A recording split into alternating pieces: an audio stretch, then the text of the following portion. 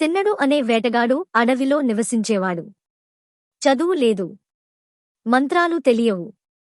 కాని ఒకరోజు శివలింగాన్ని చూసి అతని హృదయంలో భక్తి పుట్టింది. అప్పటినుంచి తనకు తెలిసిన విధంగా పూజ చేయడం ప్రారంభించాడు. నోటిలో నీళ్లు తీసుకుని అభిషేకం చేసేవాడు. వేటలో దొరికిన మాంసాన్ని నైవేద్యంగా పెట్టేవాడు.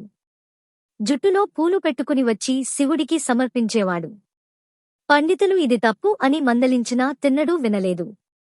అతనికి శివుడిపై ఉన్న ప్రేమే ముఖ్యమైంది. శివుడు అతని భక్తిని పరీక్షించాలని నిర్ణయించాడు.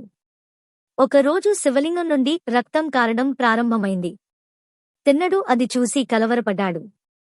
స్వామీ, నీకు గాయం అయింది అని భావించి సహాయం చేయడానికి ప్రయత్నించాడు. చివరకు తన కన్ను తీసి శివలింగంపై ఉంచాడు. రక్తం ఆగింది. కాని మరొక కన్ను నుండి మళ్లీ రక్తం కారింది. వెంటనే రెండవ కన్నును కూడా అర్పించేందుకు సిద్ధమయ్యాడు. అప్పుడే శివుడు ప్రత్యక్షమై అతని చెయ్యి పట్టుకుని ఆపాడు. తిన్నడి భక్తిని చూసి ఆనందించాడు. అతనికి మళ్లీ చూపు ఇచ్చి, నీవే నా ప్రియమైన భక్తుడివి అని అన్నాడు. ఆ రోజునుంచి తిన్నడు కన్నప్పగా ప్రసిద్ధి చెందాడు. ఈ కథ మనకు చెబుతుంది, శివుడికి కావలసింది పద్ధతులు కాదు, నిజమైన హృదయం.